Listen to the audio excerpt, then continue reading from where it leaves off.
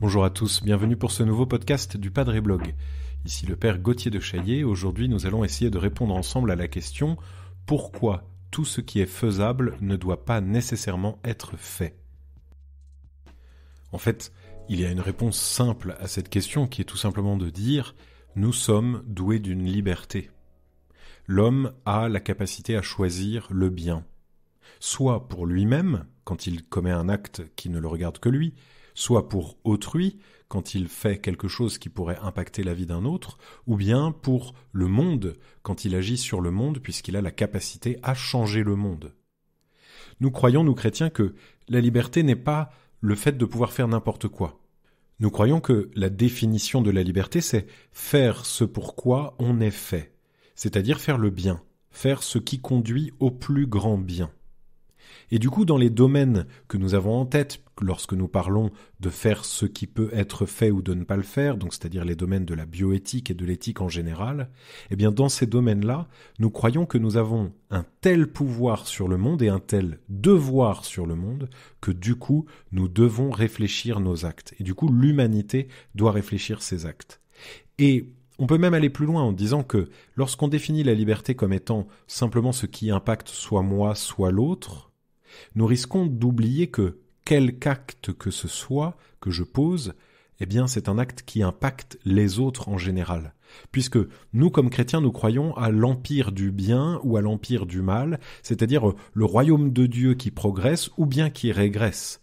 Nous croyons que nos actes et le bien que nous commettons vont comme dans une espèce de continuité qui va dans le sens de ce que Dieu veut faire. Nous croyons que réellement chacun de nos actes, même cachés, a un impact positif sur le reste de l'univers. Nous faisons progresser la cause de Dieu. Et à l'inverse, nos actes mauvais, nos péchés, nos négligences vont à l'encontre du bien. Et on le voit de manière mécanique. Lorsque je pose un acte mauvais, mais qui peut être très neutre ou qui me semble minuscule, eh bien, il va avoir des incidences sur le reste de la vie de tant d'autres personnes. C'est un peu la logique du battement d'ailes de papillon qui provoque le printemps de l'autre côté du monde, c'est-à-dire les réactions en chaîne qui sont induites par nos actes.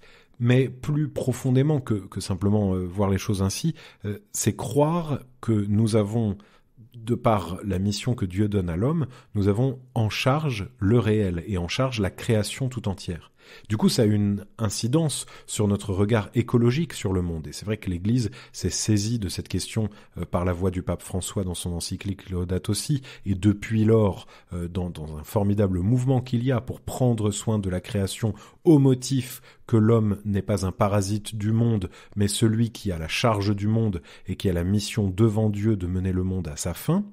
Et du coup, nous croyons que l'action de l'homme a véritablement une possibilité de nuisance sur le créé, sur le réel, et sur l'homme d'abord évidemment au premier chef.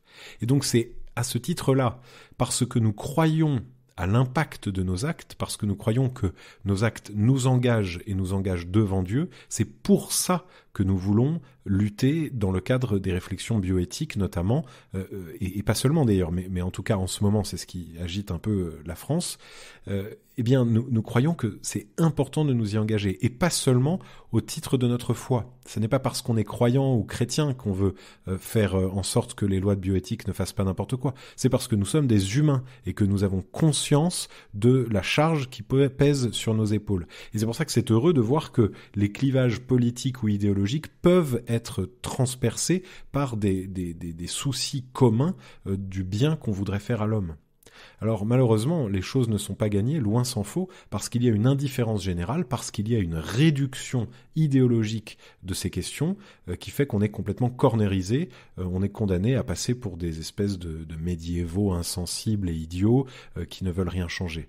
Alors il faut chacun prendre en main sa réflexion et prendre en main sa volonté de comprendre ce qui se joue dans les débats bioéthiques. Je ne vais pas en un podcast pouvoir tout dire, donc du coup c'est important que chacun se saisisse du sujet. Je trouve ça très inquiétant que si peu de personnes se sentent concernées par cette angoisse qui devrait être la nôtre en voyant ce qu'on veut faire de l'homme. Et donc il y a vraiment un enjeu très important à chacun se sentir véritablement soucieux du destin bioéthique de notre monde et en particulier de notre pays. Alors je livre ça à votre réflexion, peut-être que nous y reviendrons si des questions me viennent un peu plus précises, ou bien j'aimerais bien aller interroger des confrères sur ce sujet ou d'autres personnes qui sont bien plus expertes que moi, mais en tout cas je vous encourage à regarder dans les médias et à regarder ce qui se passe, ce qui se dit, les projets de loi qui sont en train d'être votés en France et à véritablement prendre le sujet à bras-le-corps et en tout cas au sérieux. Merci d'avoir écouté ce podcast, merci d'être fidèle à ces rendez-vous hebdomadaires. N'oubliez pas de vous abonner pour ne pas manquer les prochains contenus et moi je vous dis à très bientôt.